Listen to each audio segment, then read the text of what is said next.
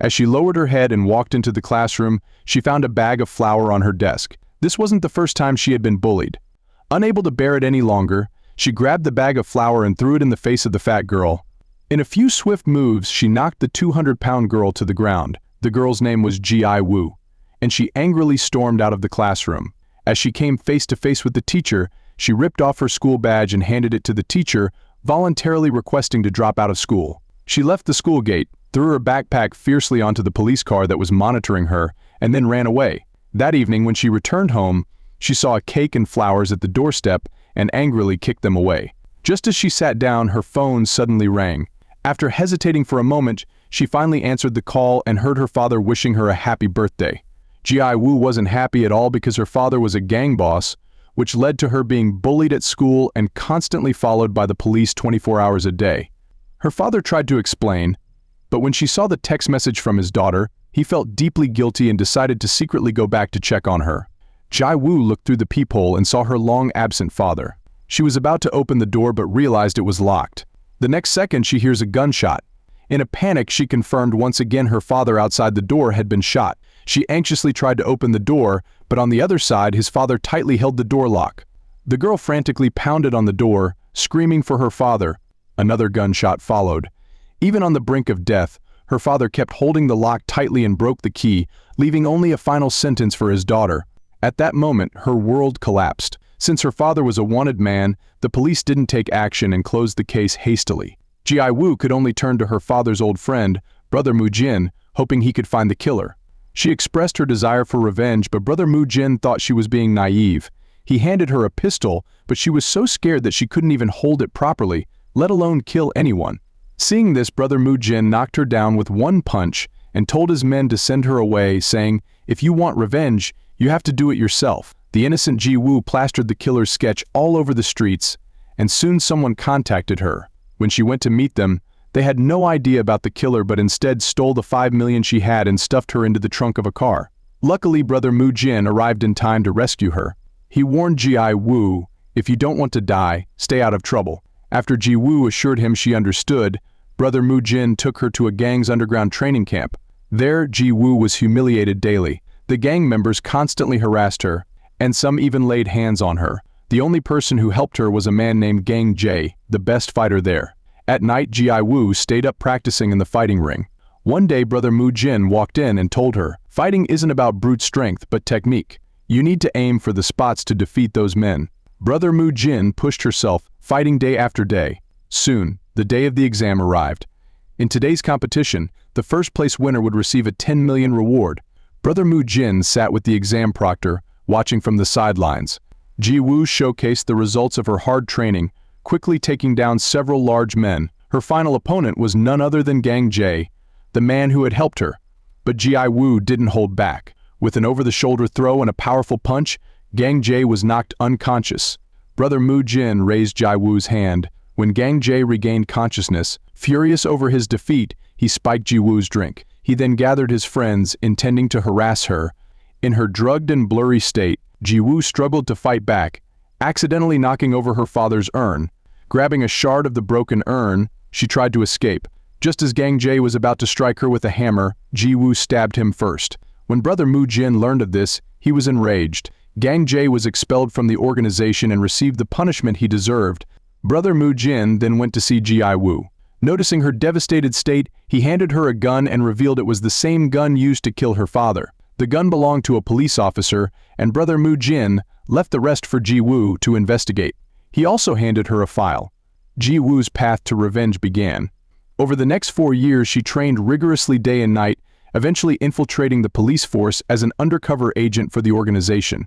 During one mission, Ji Woo unintentionally disrupted an operation planned by the police team, causing them to capture only a low-level criminal after months of preparation. The team leader Pil-do was furious, and the two immediately became rivals. The next day, after leaving an interrogation, Pil-do unexpectedly saw Ji Woo again. It turned out that Ji Woo had been transferred to his team. However, the truth was Ji Woo had been determined to join the police team because she suspected that team leader might be the one who killed her father. The team leader admired Ji Woo's abilities and arranged for her to be partnered with Pil-do. That evening, Ji Woo informed Moo Jin about her successful entry into the police team.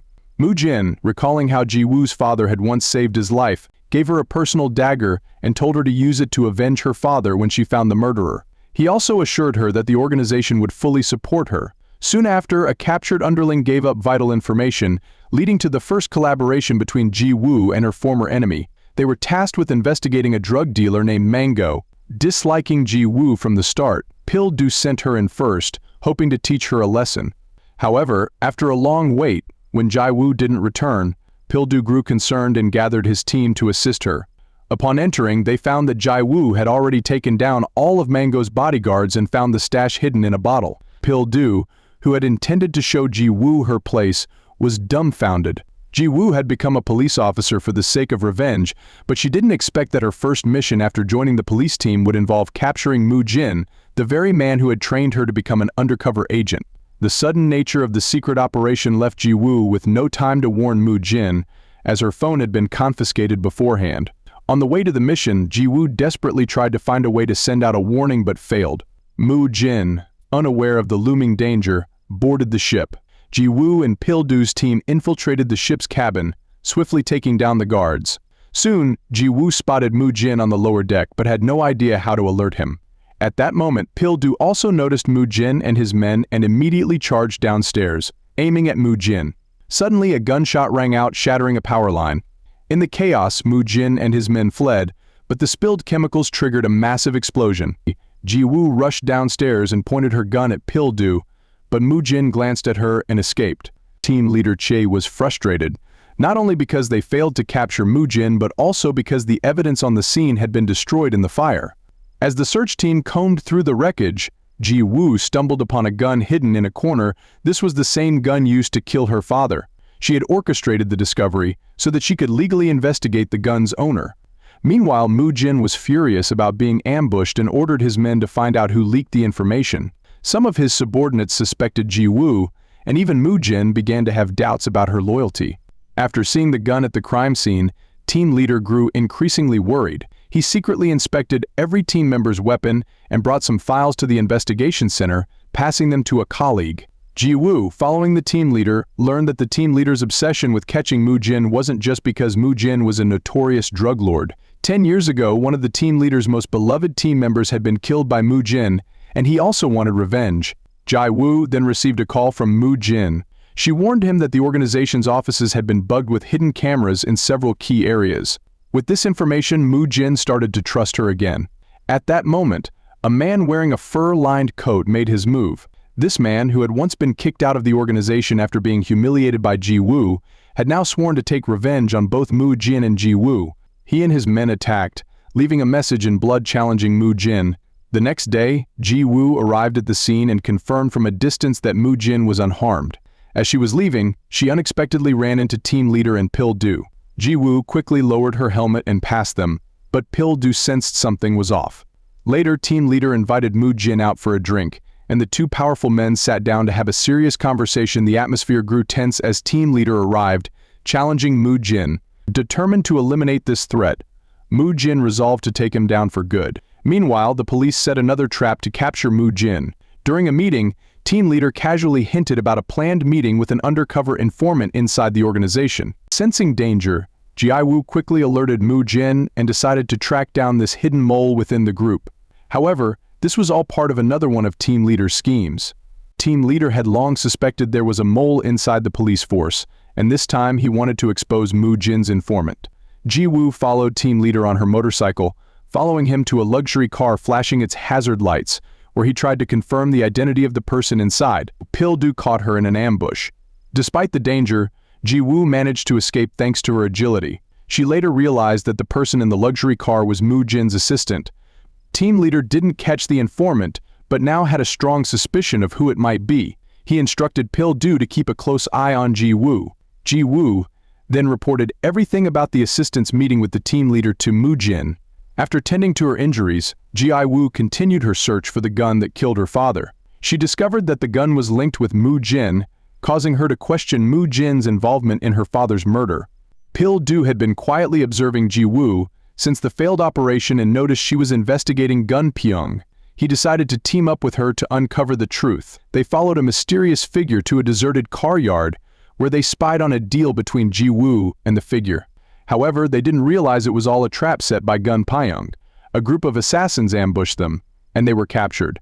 In an act of revenge, Gun Pyong shot Ji-woo in the leg and tortured her. Afterward, he called Moo Jin, using Ji-woo's life as bait to lure Moo Jin into a trap. The two were locked in a van, and Gun Pyong planned to take his revenge on Ji-woo in the most brutal way possible. The scene intensifies as the crushing machine begins to compress the van, trapping Ji-woo and Pil-do inside. Relying on his survival instincts, Pil-do quickly frees Ji-woo from her restraints, selflessly pushing her out of harm's way without regard for his own safety. At the same time, Moo Jin arrives, risking exposure to the police to save Ji-woo. Just as the two are about to be crushed, Moo Jin drives his car into the machine, halting its operation. Ji-woo is left in shock as the police arrive, but Moo Jin has already fled the scene. Back at his hideout, Moo Jin tends to his injuries while his assistant questions why he acted alone that day. Despite his efforts, the danger isn't over for Ji-woo. If Gun Pyong exposes her undercover identity, she'll be in serious trouble. To protect her, Moo Jin decides to send her abroad temporarily, with plans to secure a safe house by the sea. Meanwhile, the police intensify their investigation, capturing one of Gun Pyong's men and using him to gather more information. With no other option, Gun Pyong reaches out to team leader, offering to help capture Moo Jin in exchange for safe passage out of the country. Using Gun Pyong's intel, the police set up a trap. Moo Jin knows it's a trap but insists on confronting the traitor anyway. As soon as the two sides meet, gunfire erupts. The police, lying in wait, spring a surprise attack, catching both Moo Jin and Gun Pyong in the crossfire. During the chase, both are wounded, but Ji-woo manages to intervene, allowing Moo Jin to escape. Gun Pyong, confident that Ji-woo won't kill him, threatens to expose her undercover identity. As Pil-do and the others arrive, Ji-woo makes a fateful decision. To protect her secret, she shoots and kills Gun Pyong. Although Ji-woo is a trained killer, this is her first time taking a life, and the weight of it haunts her. She lies awake at night, tormented by nightmares of the death. Pil-do, understanding she will feel insecure, visits her with food and offers company. It's the first snow of the season, and as the two share a drink while watching the snow fall, Pil-do gently asks about Ji-woo's likes and interests. Ji-woo quickly sees through his attempt to bond, but eventually she lets her guard down. She opens up about the time the gang had tried to harass her, sharing this vulnerable moment with Pil-do. Pil-do, unaware of Ji-woo's true motives, he feels a hint of pity for her. Meanwhile, Moo Jin, severely wounded and on the run, seeks refuge in a mountain temple, where a trusted friend helps him recover. However, her former enemy had anticipated this and sent a package to Ji-woo before his death. When she opens it, Ji-woo is shocked to find an old photo from 15 years ago. Her father is in it, wearing a police uniform, and the name on the badge matches the officer that team leader once mentioned. This revelation causes Ji-woo to doubt everything she thought she knew about Moo Jin. She visits him at the temple and confronts him, asking if he was responsible for her father's death. Moo Jin, with a calm behavior, insists that it was team leader who orchestrated her father's demise. Suspicious but not entirely convinced, Ji-woo leaves. Once she's gone, Moo Jin immediately calls his assistant, instructing him to eliminate team leader. Meanwhile, team leader, unaware of the plot against him, gets drunk and is escorted home by Pil-do. When they arrive, an assassin is already lying in wait. A brutal attack ensues, and though the team leader manages to shoot the assassin, he is critically injured. As the killer flees, they pass by Ji-woo, who has arrived just in time to see the team leader bleeding out. In a moment of confusion and anger, she demands to know why he killed her father. Team leader, equally shocked, realizes that Ji-woo has been manipulated by Moo Jin all along. Before he loses consciousness, he hands Ji-woo a file, revealing the truth. Just as Pil-do bursts through the door, Ji-woo escapes through the window. She flees to the streets, overwhelmed by the betrayal, pounding her chest in anguish. In despair, she sits in her car, lighting a cigarette, and presses the burning tip against the tattoo on her chest, a symbol of her loyalty to Moo Jin. As she processes the file he gave her, Ji-woo discovers that her father had been an undercover agent, secretly feeding information about Moo Jin's operations to the police for years. Moo Jin had considered him a trusted friend, but that trust was shattered when he discovered a listening device hidden inside a lighter her father had given him. Moo Jin, upon discovering the listening device inside the lighter, felt deeply betrayed. On Ji-woo's 17th birthday, he showed up at her house and personally killed her father, who had been his most trusted friend. Learning the truth, Ji-woo is devastated. Moo Jin, whom she trusted and even saw as a father figure, is actually the one responsible for her deepest loss.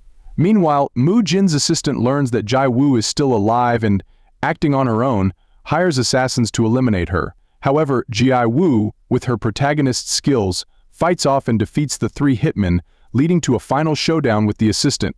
In a fierce battle, Ji-woo ultimately kills him. On the other side, the police, now investigating Moo Jin for the murder of the gang, prepare to prosecute him. To test Ji-woo's loyalty, Moo Jin turns himself into the police, shocking Pil-do and his team. Ji-woo storms into the interrogation room, demanding to know why Moo Jin turned himself in.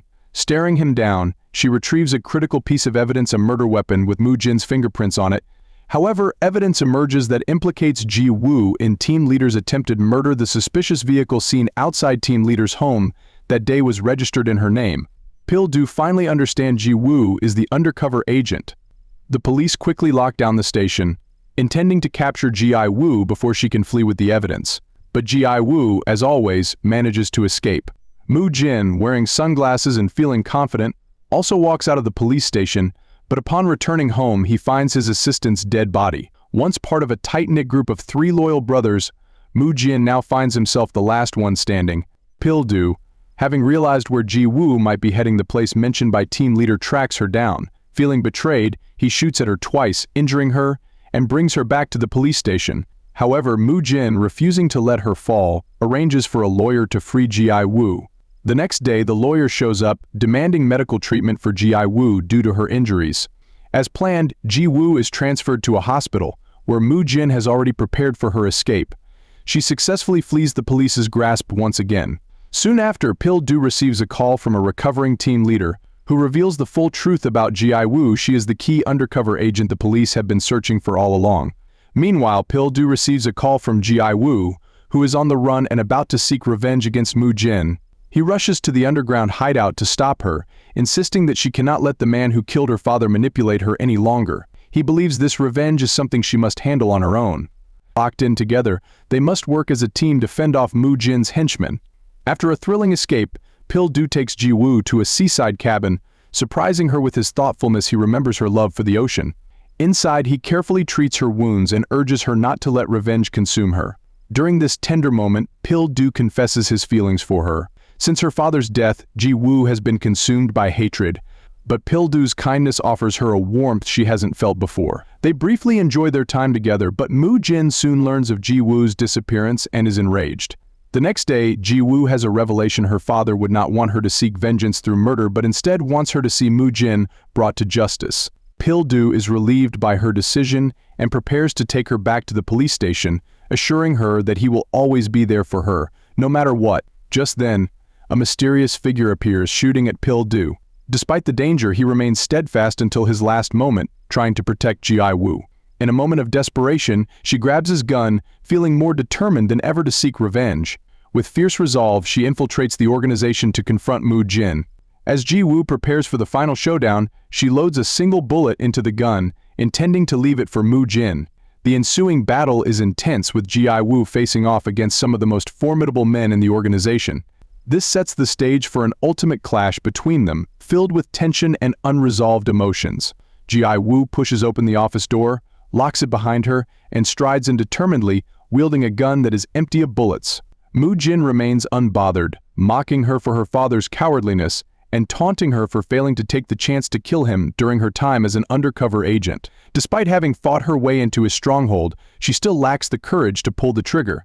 Ji-woo tells Moo Jin that she initially intended to lead a peaceful life, but the death of Pil-do was the last straw. She tears a photo of Moo Jin and her father in half and discards her gun, choosing to confront him physically. The two engage in a struggle, but Ji-woo quickly finds herself overpowered. Moo Jin disarms her, preparing to finish her off when she seizes an opportunity to retaliate. With sheer determination, Ji-woo manages to grab a knife, ready to fight back. As Moo Jin taunts her, he picks up his gun and aims it at her, smugly believing he has her cornered. In a twist of fate, she discovers that the gun is empty, just as she lunges forward and stabs him, ending their confrontation. With Moo Jin dead, Ji-woo avenges the two men she loved most. The story comes to a close, wrapping up the narrative of revenge. Thanks for watching. Like and drop a heart if you like the story.